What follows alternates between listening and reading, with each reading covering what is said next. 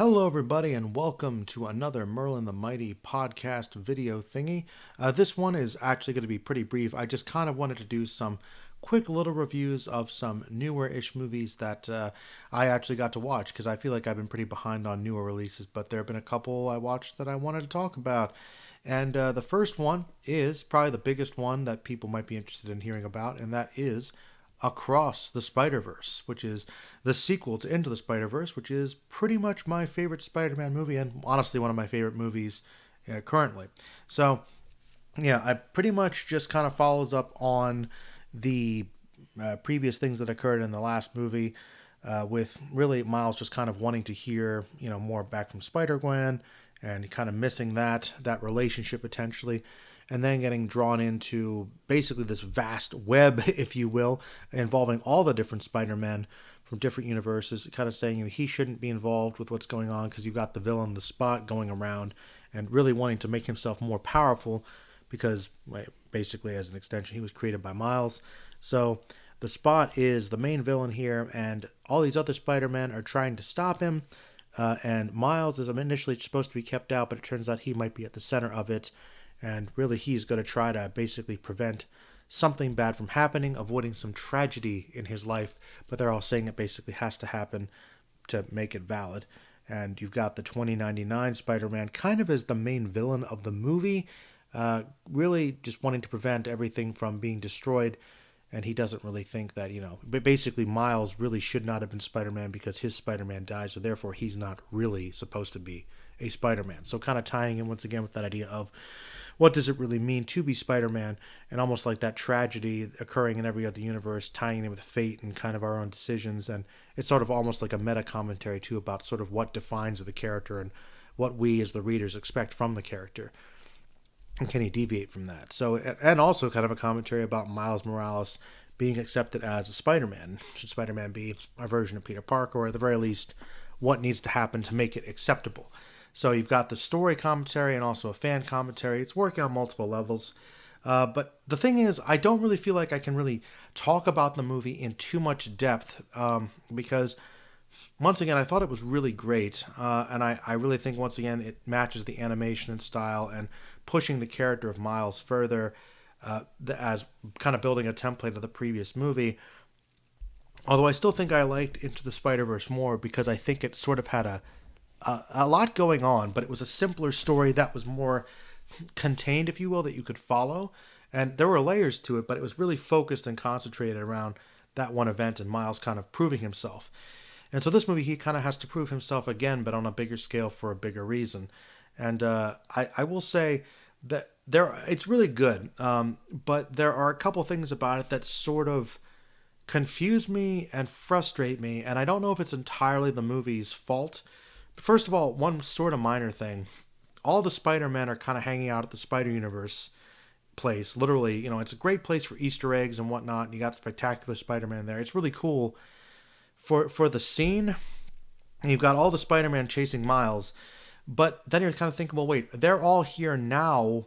Who's watching their universe? Like, they all just kind of hang out here?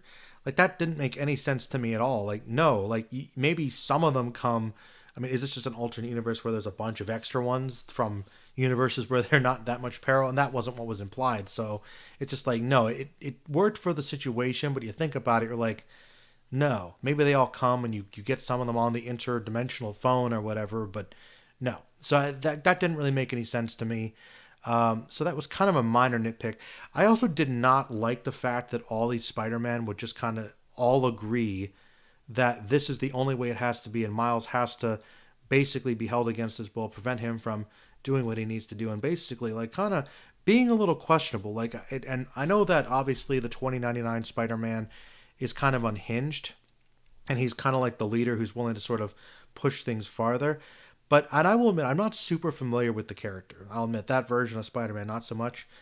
But I don't think he's ever been portrayed as that evil. I didn't really quite get that. I know he's got the tragedy again that they talk about in the movie, but that was a little uncomfortable. And but I guess maybe there's a reason for that. Also, all the other Spider-Man kind of joining up with him, and none of them having another point of view.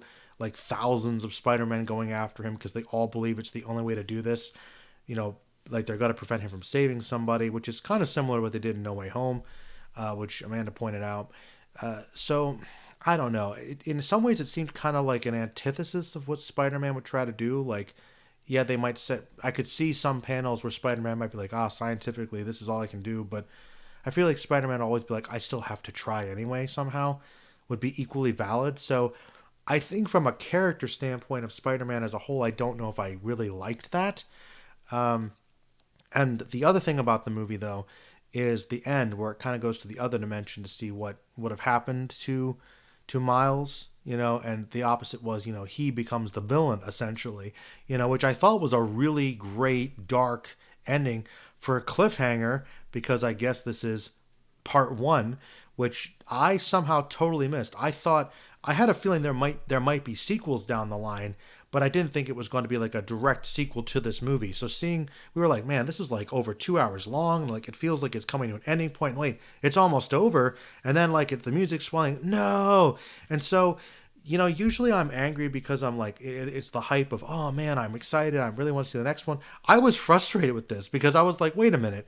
I had no idea that this was going to be a part two. I mean, a part one or of a part two thing. I was like, no. So it just felt like, because I did not anticipate that, I don't know. Maybe it was because of the length, or I missed that. The beat continued thing did not sit well with me like it normally does. Sometimes like, oh man, next time. It was very frustrating. Because it really felt like they were trying to do too much, and I was thinking, well, the Spot's like the main villain of the movie, but not really. And he's interesting, but we haven't done that much with him because we're fleshing all this other stuff out. I'm like, what, do they get have time to wrap this up? I'm like, no, because it's like just one half of a story, another 2.5 hour movie, which I'm sure will also be really good, because I really did like this film and the stuff they did with his parents and his relationship to them, because trying to hopefully prevent his dad's death, because I guess Captain Stacy is the lynch point here, the captain, of the police force, has to be killed. It's one of those things that has to be concurrent in all Spider-Man storylines. I don't know. It was just, once again, it was well done, well animated, well performed, well put together. I still think that I liked the previous movie a little more, partially because they did so much, but who knows? If they manage to build and complete this story and make it work, and maybe answer some of the questions I had in the previous one, I think it could supersede it. But it also doesn't have like a Sinister Six, and we're kind of getting a little further away from the Peter Parker that I'm more familiar with. But even so, I still think it was really good. But I'm going to hold off on fully judging the film until I see the second part. So, yeah, it was really awesome. I really liked it. But yeah, that was my thought about that one. All right, everybody. Thank you for listening, and stay magical.